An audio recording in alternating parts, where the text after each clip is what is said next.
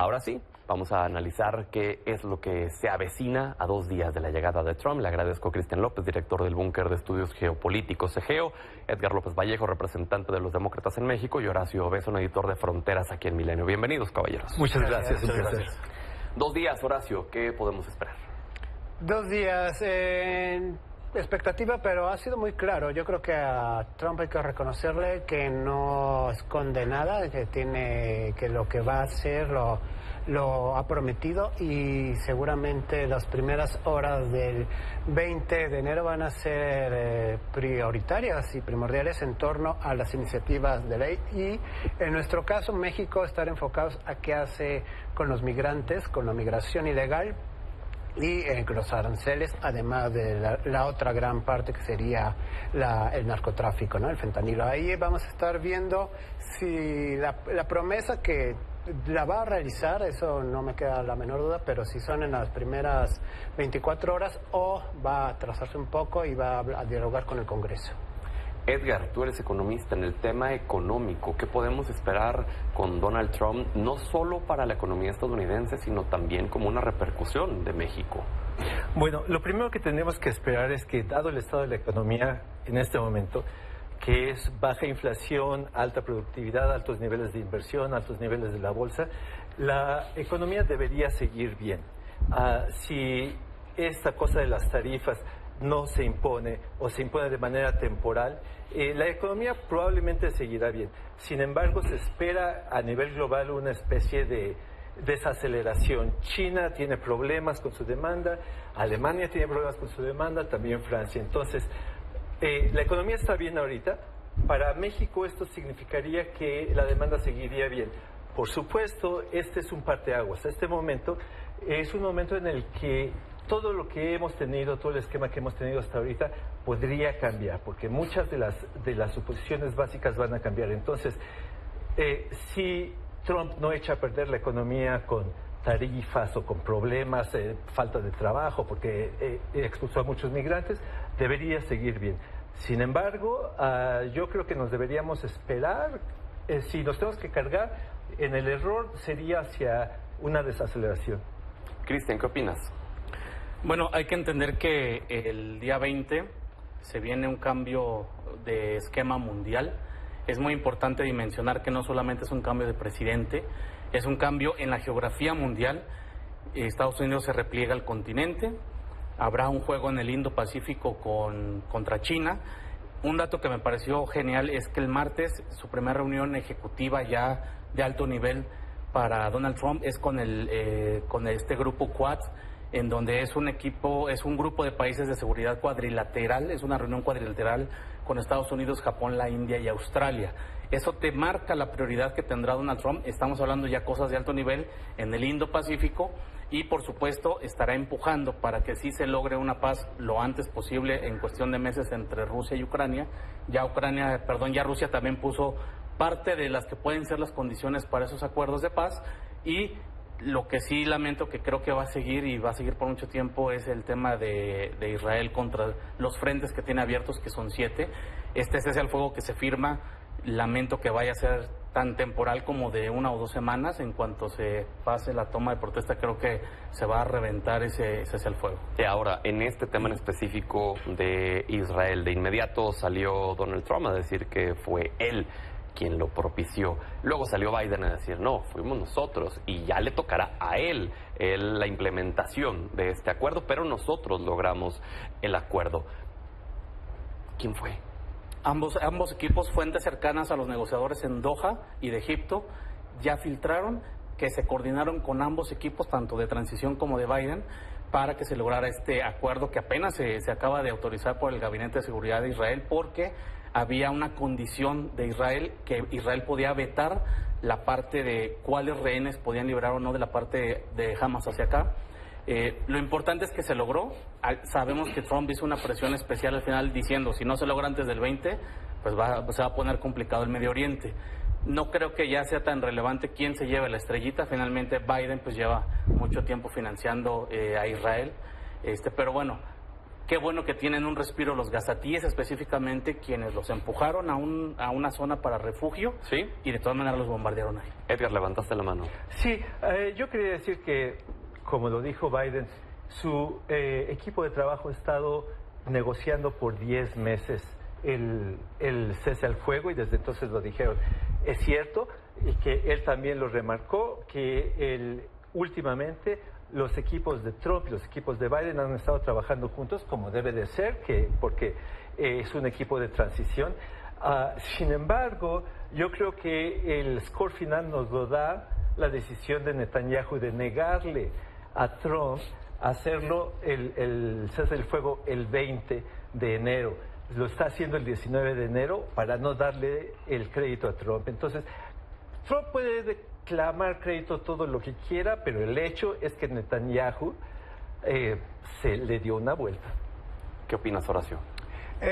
Coincido, yo creo que sí, por ser momento de transición, ambas administraciones, la entrante y la pasada, tuvieron parte del diálogo. Incluso Biden ya al final reconoce en su mensaje que fue a ambos equipos.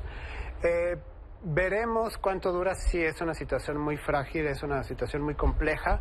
Hay pláticas que se realizó tanto de Irán, que está detrás de todo lo que pudiera estar allá en Hezbollah y Hamas, pero tanto con Rusia, que se reunió el presidente con Putin, y también con los europeos, y se ha visto que le han bajado el nivel ambas partes, tanto Teherán como Washington, en cuanto al choque. Entonces quizá también Trump busque bajarle la sintonía y controlar esa parte para que al menos dure un poco más, esperemos más de 2-3 semanas, y ir por ahí en ese caso, ¿no?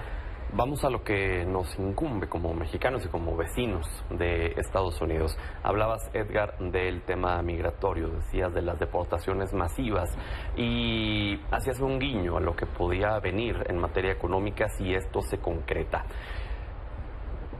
En ese mismo escenario, ¿qué es lo que ustedes están viendo? ¿Qué consecuencias ven de que se efectúe esta deportación masiva, Edgar? La primera consecuencia es que, a diferencia de lo que los demócratas estábamos promoviendo, que es una reforma integral del todo el sistema migratorio en conjunto y sociedad con Canadá y México, en vez de eso, de lo que se va a tratar es de deshacerse de los mestizos morenos que no son caucásicos en la sociedad estadounidense. Entonces, más que componer la inmigración, el ángulo de los trumpistas y de MAGA va a ser deshacerse de la gente que no es del color correcto. Cristian, ¿qué opinas al respecto? Bueno, no creo que sea esa visión marxista de oprimidos contra opresores. Va a haber seguramente deportaciones masivas, no a nivel de millones, pero seguramente sí de miles, porque es una promesa de campaña. Recordemos que si lo vemos siempre desde el enfoque mexicano, pues vamos a ser una parte afectada, pero estamos hablando de decisiones o acciones que tomará Donald Trump, que le prometió a sus electores y los electores le dieron el poder para hacer eso. Entonces él está respondiendo a sus electores y efectivamente va a haber deportaciones, va a haber más fuerza en la frontera y seguramente va a haber algunos ataques específicos contra grupos del cártel de crimen organizado. Espero que sea con drones, pero sí, efectivamente las cosas van a cambiar y entre más rápido nos asumamos en una nueva realidad, que vamos a tener una Norteamérica distinta y que la relación bilateral va a cambiar, tenemos que adaptarnos, tenemos que tomar decisiones. Yo aquí lo dije a lo mejor fue un mes cuando dije, yo confío en el servicio exterior mexicano como carrera, como perfiles desde hace muchos años y creo que van a tener la habilidad para saber revertir las situaciones que se vayan presentando. Oye, déjame nada más hacer un paréntesis en el tema migratorio porque mencionaste algo que me llamó la atención. Dijiste de la declaración de los cárteles como grupos terroristas y que esperas que los ataquen con drones. Básicamente lo que nos dices es que esperas que Estados Unidos ingrese no con fuerzas militares sino con drones a México y en México ataque a los cárteles. Sí, tú como norteño sabes sabes que son los ranchos donde se ubican sus laboratorios, sus operaciones, y creo que el menor daño sí es atacarlos con drones. Pero eso no es vulnerar la soberanía de México. No, mira, yo creo que es un tema como el del petróleo, ¿no? De entre más soberanistas creemos que nos envolvemos en la bandera y como Juan Escutia vamos para el suelo. Sí creo que estos grupos tú, repito, tú que tienes más cultura norteña, sabes todo lo que hacen estos grupos, que son actos de terror, por definición son actos de terror, y sí creo que se requiere una mano más firme porque el fenómeno del crimen organizado es un fenómeno transnacional, no es un fenómeno mexicano, eso también hay que decirlo. Pero México es el puente natural hacia Estados Unidos. ¿Pero sería que atacar a las cabezas de los cárteles o a quiénes? Yo me iría específicamente y de inicio en donde tienen sus centros de laboratorio sobre todo, porque yo prefiero que llegue un dron americano a reventar los laboratorios a que ese fentanilo, cocaína o heroína llegue a las manos o a los brazos o a las narices de nuestros hijos, de nuestros sobrinos o de nuestros amigos. Oye, en México o en Estados Unidos. En esos laboratorios laboran mujeres, laboran personas que no se dedican propiamente al tráfico de las drogas y que su única participación en los cárteles es esa labor de los laboratorios, que se los lleve la fregada. Yo no sé quién trabaja ahí, Pedro, no tengo la nómina del cártel de Jalisco ni de Sinaloa, pero sí estoy seguro que hay que hacer el mayor de los bienes para los niños mexicanos, para los niños norteamericanos, y sí me parece que se necesita ya un contrapeso porque vemos el país inundado de droga. Vemos el país inundado de criminales extorsionando, secuestrando, asaltando, cortando cabezas, colgando personas de los puentes. Yo creo que, o sea, yo no me quiero seguir normalizando en ese México, yo quiero que ese México cambie. Edgar, te veo muy ansioso. Yo estoy decepcionado, estoy desolado que existan mexicanos, mestizos, ni siquiera caucásicos, que estén llamando a que se interfiera militarmente y se bombardee el territorio mexicano y a los mexicanos. Por principio de cuentas, el crimen organizado en México y la prevalencia del crimen organizado en México no se debe a que haya gente mala que sea criminal, no, se debe a que el neoliberalismo en los últimos 35 años se olvidó del desarrollo regional. Entonces, en un país donde no hay otra oportunidad para ganarse la vida como empresario o como trabajador, la única ventaja comparativa que dejó el neoliberalismo fue lo ilegal que es la droga. Bueno, ese es un problema de desarrollo económico. El crimen organizado y su prevalencia en el país es un problema de tejido social. La gente recibe dinero de los carteles y lo hacen los carteles para ganarse a la gente y la gente apoya. ¿Y qué es lo que pasa? Entonces, no es la militarización lo que va a resolver el problema, es el desarrollo económico regional, como lo hizo China, por ejemplo, y es la presión social de la gente que vive en esas regiones que va a acabar que va a asumir el crimen organizado. Pero que alguien diga que venga otro país al que no le interesa componer a México, que venga a bombardearnos, es una cosa que, por principio de cuentas, yo no voy a asumir que hay una mala intención de parte de Cristian, voy a asumir que está equivocado, pero esta actitud tradicionalmente es la de los vendepatrias, los traidores, la gente que entrega los esbirros del supremacismo blanco en Estados Unidos. ¡Qué bárbaro! ¿No? Por ¿Quieres favor responderle? Pues mira, ya tuvimos esta conversación, si lo recuerdas, que fue cuando le dije que se apareció en lugar de Superman con la del Che Guevara. Qué pena que alguien defienda los intereses macroeconómicos del crimen organizado. Es lamentable que por apegarse a una ideología de izquierda no veas la realidad del país y que gracias a tu ideología y que estás en ese cajoncito de izquierda, que por cierto, yo te recomiendo que voltees a ver a Justin Trudeau. Te estoy volteando a ver a ti y me da pena. Que voltees a ver a la gente que ya entendió que su tiempo ya pasó y el retiro temporal o definitivo es sano, pero siempre y cuando lo hagas en el tiempo correcto. Defender los intereses del crimen organizado me parece grave, me parece lamentable y sobre todo por cuestiones ideológicas. ¿Defender los intereses de México no te parece importante? Por supuesto, yo por eso dije quiero un México sin drogas y la forma de quitar las drogas es acabar con estas personas. Por principio de cuentas, esto que yo estoy diciendo no es una cuestión de izquierda, es una cuestión de humanismo y de ser gente decente. Hay que ser considerados con los que cortan cabezas. Ahora, si dices tú que decir lo que digo es algo que es pasado de moda, a mí me parece que tu novatez de joven y la falta de estudio de la historia no te ha permitido entender que las acciones de extrema derecha y de limpieza étnica son tan viejas como las tribus en la historia del país. Espero que no pase. Fíjate que 20 años zumbando la matraca no te hace experto en política, te hace experto en matracas.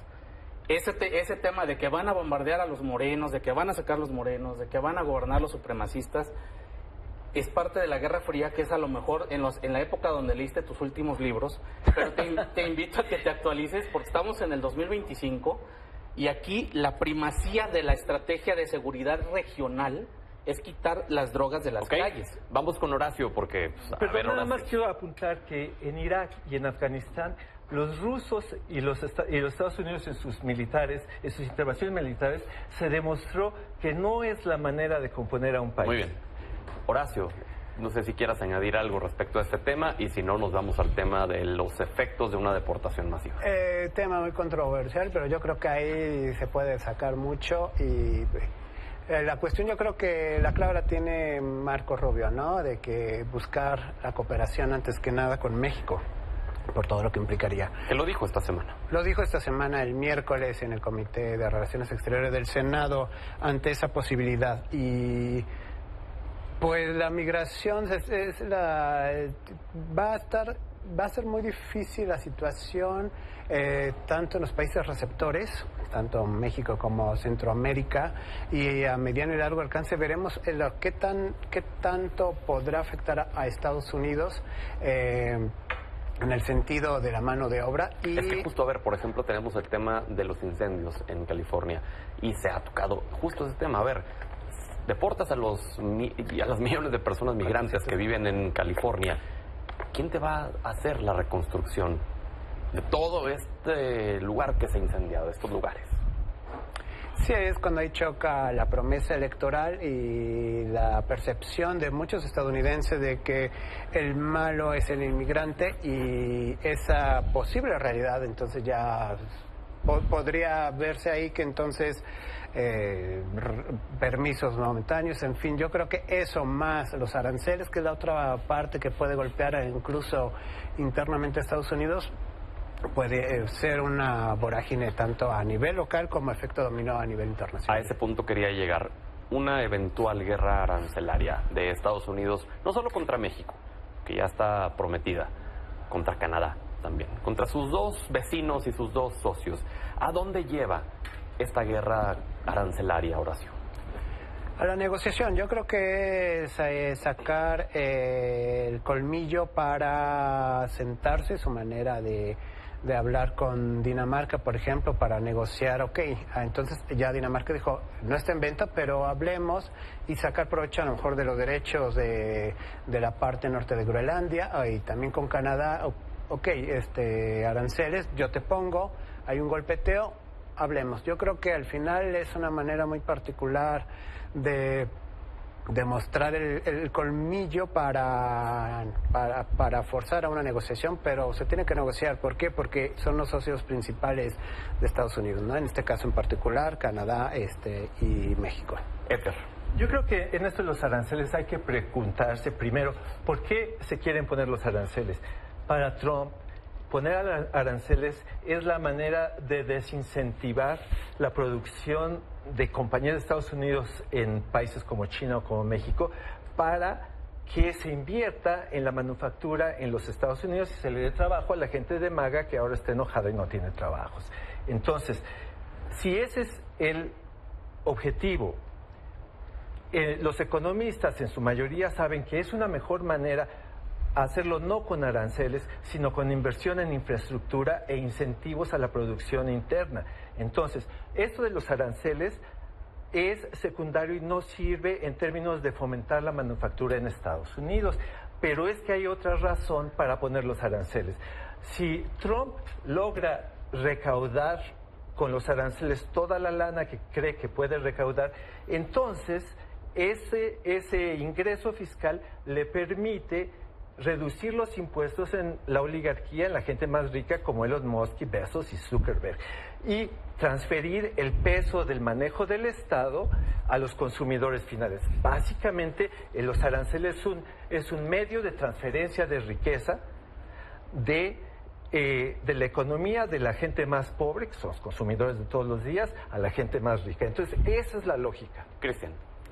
Me parece que coincido con Horacio, el esquema y las formas de negociación de Trump, ya las vimos los resultados en la OTAN, que actualmente está el tope del 2% del Producto Interno Bruto para invertir en seguridad nacional o en armas. Él pide el 5% y ya en la última sesión de la OTAN ya se habla del 3 al punto 5, es decir, es el punto medio en la negociación, es una negociación clásica.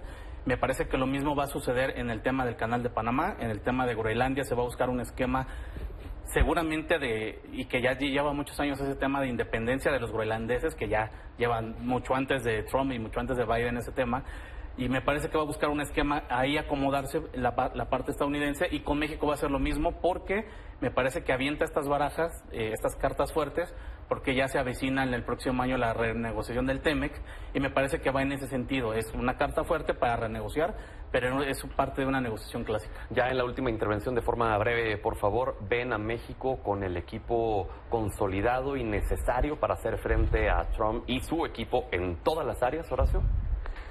Confío que sí, además es el único equipo que tenemos entonces, y lo que ha hablado creo que ha sido muy mesurada, y ha hablado Claudia Sheinbaum, la presidenta, de buscar negociar, de no calentar la cabeza, y creo positivo porque no hay otro camino, entonces esperemos que sí sea, la verdad. ¿Tú consideras que se debe negociar más allá de entrar en un choque frontal? Sí, porque no se llega a nada con el choque frontal, ¿no? Sí. Y la verdad es esa negociación. ¿Perdemos más de lo que ganaríamos? Sí. Edgar. Yo creo que en el Estado mexicano, de las gentes que están a la cabeza, a mí me parece que son gente inteligente, profesional y que pueden ser buenos en la negociación. Sin embargo, aunque todos estemos de acuerdo que lo mejor no es el choque frontal, a Trump le gusta el choque frontal. Marco Rubio puede que implique el choque frontal. Entonces, si la disyuntiva es o nos doblamos sin ninguna dignidad o enfrentamos un choque frontal cuando tenga que hacerse, yo diría que sí, cooperamos primero, pero a fin de cuentas hay que dejar bien claro dónde estamos. Cristian. Me parece que está en proceso de sí consolidarse un equipo. Creo que lo que les hace falta es ver un poquito más allá hacia los intereses globales de Estados Unidos para saber por dónde meterse en la negociación. A mí me da un poco de tranquilidad que parte de este equipo que va a negociar ya negoció el tratado anterior, y eso creo que les puede dar muy buenos canales de comunicación a nivel de cabildo de alto nivel, y sí creo que van a llegar a una buena negociación. Pues caballeros, ya estaremos platicando la siguiente semana, ya con las primeras acciones de Donald Trump, ahora sí, de forma visible para todo el mundo, y a ver cómo nos va en la feria. Te puedo adelantar que no va a bajar la inflación ni los precios, ya lo digo que es difícil bajar el precio de la gasolina. Ya lo estaremos platicando la siguiente semana. Gracias, caballeros. Vamos a la pausa, regresamos, pero